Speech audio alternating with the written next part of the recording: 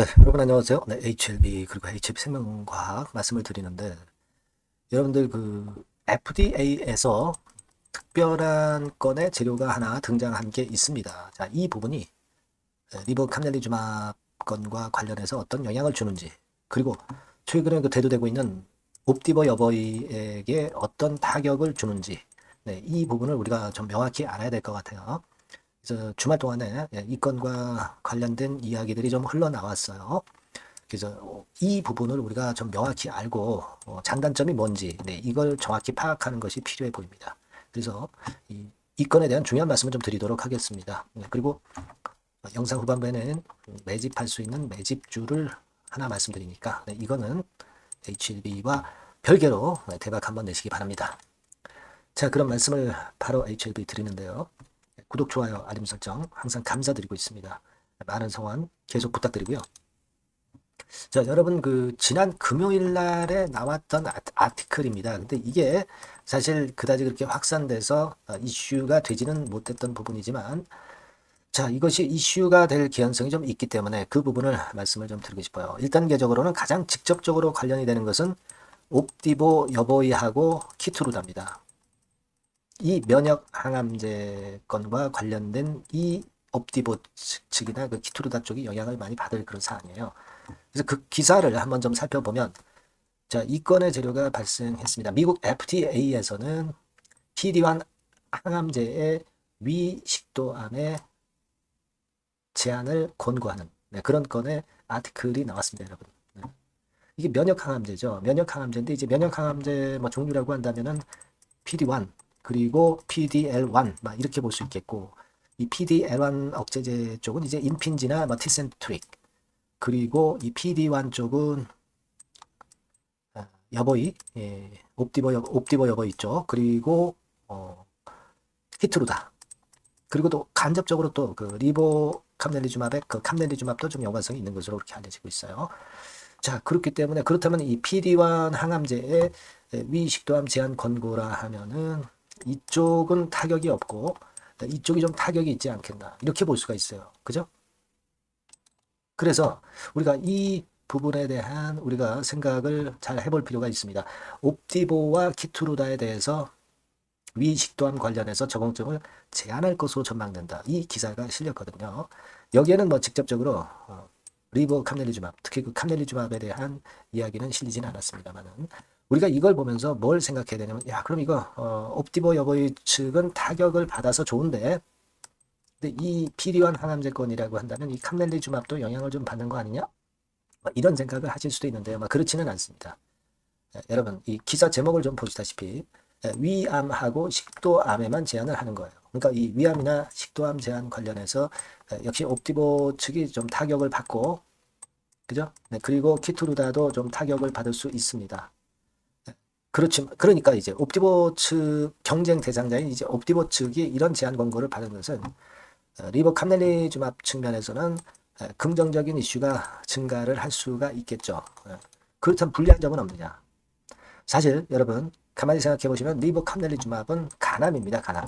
그죠? 네, 간암이기 때문에 위식도암 제한 권고이기 때문에 사실 상관관계가 없어요.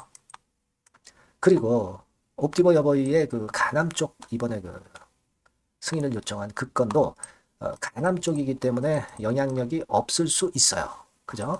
그러니까 어떻게 보면 이제 쌤쌤이라고 볼 수가 있죠. 네, 쌤쌤이라고 볼 수가 있는데 여기서 생각할 부분은 뭐냐면 여러분 요거 아시고 계시잖아요. 다시 말씀드려서 리보 캄넬리주맙 같은 경우는 부작용을 나타내는 HR 수치가 한 0.5%대에 있죠. 네, 0.5 수치에 있어요. 근데 옵티보 같은 경우는 간신히 턱걸이를 해서 0.79죠. 수치가.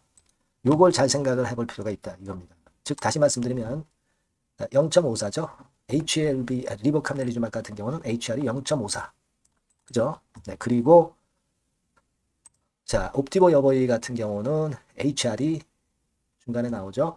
네, 0.79예요. 0.79. 그러니까 이번에 그 옵티보 여보이가 개선이 여러 가지 수치가 됐다고 하지만은 이 HR 즉 이제 부작용건을 나타내는 이 HR이 수치가 아주 안 좋죠. 간신히 턱걸이를 한 정도입니다. 근데 이 부작용 면에서 수치값이 안 좋은 옵티보 여부이라고 한다면, 아까 말씀드린 그 위암 식도암에서 PD-1 항암제 제한을 받은 것은 그만큼 이 간암에서도 HR급이 높은 이런 상황에서는 결국 이제 부작용권에 대한 부분이 더 부각될 수 있다는 겁니다. 그죠?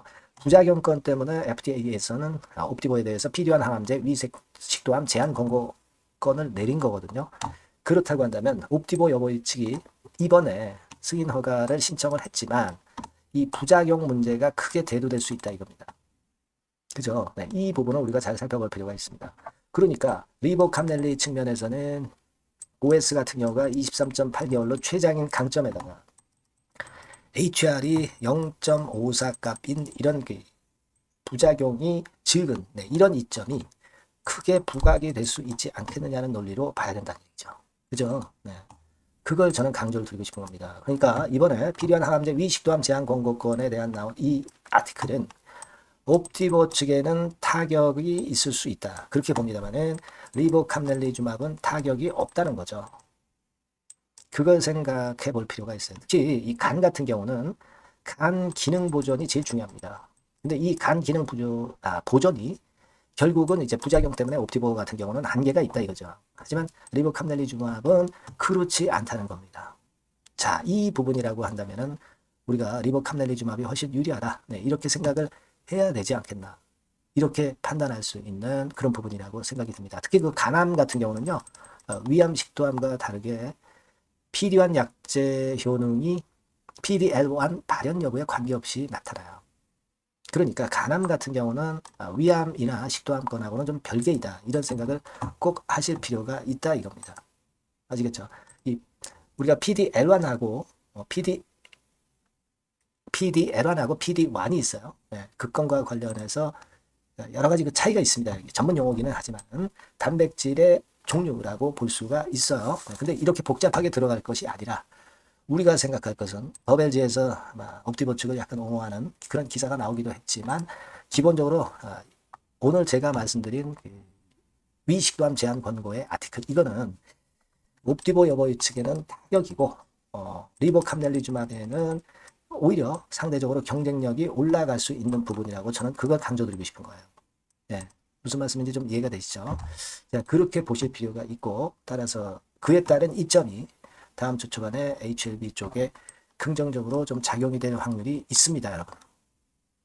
아시겠죠? 그러니까 옵티보 여보이 측이 최근에 그 경쟁자로 대두가 되면서 상당히 아킬레스건으로 작용이 되고 있지만 경쟁은 되지만 타격이 없고 지금 오늘 말씀드린 그 아티클 건으로 해서 좀 더 유리해지지 않았느냐 이런 생각을 합니다. 그리고 아직은 리보캄넬리주맙이 승인받는 과정이 좀 더 빠르다는 걸 생각을 하셔야 돼요.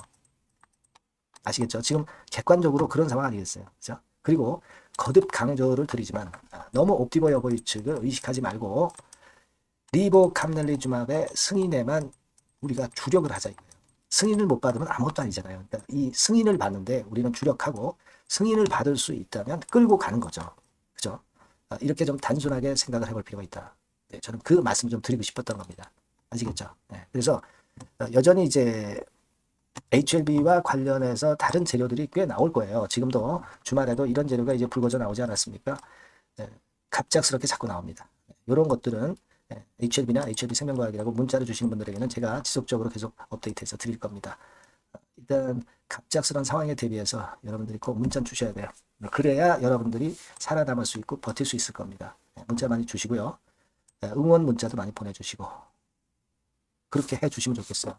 이 정도의 도움은 제가 드릴 수 있겠습니다. 무료로 물론 드리고 있고요. 아시겠죠? 문자 많이 주세요. 자, 그리고 제가 매집주를 말씀을 올린다고 그랬습니다. 요거 말씀을 드릴 테니까 지금 말씀 잘 듣고 요거는 한번 대박 내보세요. 지금 말씀드립니다. 네, 여러분 매집주 말씀을 드리는데 매집주라는 것은 조금씩 모아가서 크게 터트리는 종목이죠. 이번에 제가 매집주를 엄선을 한번 해봤어요. 근데 이 매집주는요. 이번 9월에 매수를 해서 여러분들이 한 달 내지 두 달 내에 시세 폭발 가능성으로 미리 매수하는 겁니다. 미리 매수하는 거라고 생각을 하세요. 그러니까 9월 달에는 너무 시세가 튀면 안 돼요. 9월 달에는 등락을 거듭할 때 우리가 모아가면서 매집을 해서 9월에 미리 모아가서 10월이나 10월, 11월 달에 터트리는 거예요. 그러니까 여러분들이 그냥 지금 사가지고 바로 단타를 한다. 네, 이런 종목을 하실 분들은 이거 손대지 마시고요. 이런 정도의 계획을 갖고 계신 분들, 여기에 동의하시는 분들은 매집주 이거 한번 해보실 필요가 있다 이거예요. 예, 그게 중요한 거죠. 여러분들 뭐 단타 매매한다고 해서 그게 돈 됩니까? 따라다니다가 결국 이제 불나방처럼 이제 타 죽는 거죠. 그러니까 우리는 계획을 세워서 매매를 해야 됩니다. 근데 요번에 제가 말씀드릴 거는 이제 특히 워런 버핏형 조건에 만족이 되는 그런 종목들 중에서 하나를 엄선을 했어요. 여러분들 잘 아시지만은 이 워런 버핏이 실적이 제대로 되거나 큰 꿈이 있거나 네, 이런 종목 아니면은 손대지 않죠. 부실한 잡주 절대 손대지 않습니다. 그러니까 버핏형 조건을 만족한 종목 중에서 엄선을 하는 거예요. 아시겠습니까? 여러분들 이거 버핏형 조건이 뭔지를 아십니까? 뭐 그래도 여러분들 좀 알고 가셔야 되지 않습니까? 매매하더라도 그죠? 네, 그래서 그 제가 말씀을 좀 드리면 뭐 이런 식이죠. 이런 조건에 합치되는 종목이에요. 그러니까 되게 이 실적으로 봐서 예전보다 증가를 하고 그것이 점차적으로 증가를 해 나갈 가능성이 있는 거. 네, 그런 위주로 버핏은 종목을 좀 찾죠. 실적주는. 그래서 요 조건에 합치되는 종목들입니다. 네, 이런 종목들 중에서 뭐 한 2, 30개 될 거 아니에요. 그 중에서 하나를 제가 선택을 했어요. 네. 예를 들면 여러분 어떤 종목이 이제 그런 종목들이 있었냐 하면은 여러분 그 재룡전기라고 아시죠? 네. 재룡전기 같은 경우도 그 조건에 부합하는 그런 종목이에요. 재룡전기 같은 경우도 그래서 이때 이렇게 급등을 한 것이 물론 이제 재룡전기입니다. 이슈도 작용이 됐지만 워런 버핏형 실적 조건을 만족했기 때문에 더 크게 급등을 해서 결국 한 6배 정도 난 거예요. 네. 실적에다가 이슈까지 이제 플러스돼서 6배 정도 시세를 이렇게 났던 종목이고 그리고 예를 들어서 보면은 이제 아이패밀리라고 있어요. 네, 아이패밀리 같은 경우도 요것도 그 조건에 부합하는 종목인데 여기서부터 여기까지 시세 터졌죠. 네, 물론 이제 이슈도 가미가 됐지만 네, 결국 그런 식으로 해서 한 서너 배 정도 시세를 냈던 것이 바로 아이패밀리스. 그죠? 네. 그리고 또 하나 예를 들면 여러분들 그 화장품주 중에서 클래시스라고 있죠. 클래시스 같은 경우도 궁극적으로 화장품주 이제 올랐다기보다 화장품주 섹터에 오름세 영향을 받았다기보다는 여기서 이렇게 오른 것은 단독적인 시세를 낸 거죠. 네, 이게 아까 말씀드린 워런 버핏형 조건에 합치되는 종목이기 때문에 이런 큰 시세를 낸 거예요. 아시겠습니까? 네. 요런 종목들처럼 이번에 여러분들이 그런 종목 중에서 한 종목 정도를 잘 선택하는 게 좋은데 제가 고심을 하고 이 조건에 합치되는 종목들 중에서 한 종목을 역시 발견을 했어요. 그래서 요거를 제가 설명을 좀 드리려고 하는 겁니다, 여러분들. 네. 자, 주가 수준은요. 요게 그 너무 비싸면 여러분들 또 손 안 나가시죠. 네, 3,000원에서 7,000원 정도의 적정한 낮은 가격대예요. 그래서 여러분들이 관심을 가질 수 있는 그런 정도의 저렴한 주가 수준입니다. 시가총액은 800억 내지 1,700억 범이기 때문에 가볍죠. 네, 가벼운 게 멀리 날아가는 겁니다. 그죠? 우리가 뭐 10% 20% 먹으려고 들어가는 건 아니잖아요. 그죠? 네, 목표 가격이 현 시세 대비해서 더블 정도를 목표로 하기 때문에 그런 정도라면 좀 가벼워야 된다는 거죠. 네, 그런 측면이고 제약바이오 헬스케어 섹터입니다. 근데 여러분들이 그냥 꿈만 갖고 있는 제약바이오 헬스케어 종목들은 필요가 없어요. 네, 리스크가 일단 없어야 돼. 그죠? 리스크가 없는 쪽에서 실적이 겸비가 된 거. 아까 워런 버핏형 조건이 이제 바로 그거 아닙니까? 예, 그런 쪽에서 제가 선택을 해봤어요. 유보율 같은 경우도 400 내지 600%대. 높은 건 아니지만 재무적으로 안정되어 있다는 거죠. 타인 자본 많이 안 쓰죠. 부채 비율이 한 40%, 70%대니까. 이런 종목입니다. 그래서 이게 분기 역사상 최대 매출을 기록을 했고요. 금년도 예상 영업이익은 작년에 무려 더블이에요. 네, 더블 정도 예상됩니다. 그렇기 때문에 아까 말씀드린 워런 버핏형 조건에 만족이 된 거고요. 예. 자, 일봉 차트를 보여드리면 이런 식이에요. 네, 이런 식으로 해서 여기를 막 뚫어내려고 그러죠. 근데 너무 직방으로 쭉 가버리면요. 그러면 못 잡아요. 매집이 안 되지. 그러니까 이렇게 등락을 하면서 올라가는 게 좋기 때문에 지금이 아주 좋은 타임이다. 이런 생각 갖고 있습니다. 여러분. 주봉 차트로 보시면 주봉 차트는 이런 모양이에요. 여러분들 뭐 차트 많이 보셔서 아시지만 밑에서 받쳐주고 결국 여기 뚫어내면 큰 시세 내죠. 근데 여기가 걸리지 않느냐 생각할 수 있는데 실적이 계속 점증하기 때문에 이 고점은 의미가 없어요. 이 고점은 실적이 지금보다 못할 때의 고점입니다. 이건 충분히 뚫을 수 있다고 보셔야 돼요. 자, 요런 유의 종목이라는 거 말씀 좀 드리고 싶고요. 예, 일주일 전부터 외인이 입질이 시작돼서 타이밍이 딱 맞습니다. 그죠? 너무 급하게 매수를 해 나가면 안 돼요. 그죠? 예, 그러면 모아갈 수 없죠. 입지를 시작한다는 얘기는 사고팔고 한다는 얘기예요. 그러나 약간 사자가 많기 시작하는 그런 조짐이 있다는 얘기입니다. 아시겠죠? 요거 여러분 꼭 잡으셔야 돼요. 네. 매집주라고 꼭 문자를 주신 분들에 한해서 제가 타이밍과 종목명 그리고 앞으로 매수 매도 타임 말씀드릴 겁니다. 요번에 번호가 바뀌었어요. 네. 요 번호로 매집주라고 문자 주시면 제가 최선을 다해서 여러분들을 끝까지 케어를 할 겁니다. 아시겠죠? 네. 꼭 성투하시기 바랍니다.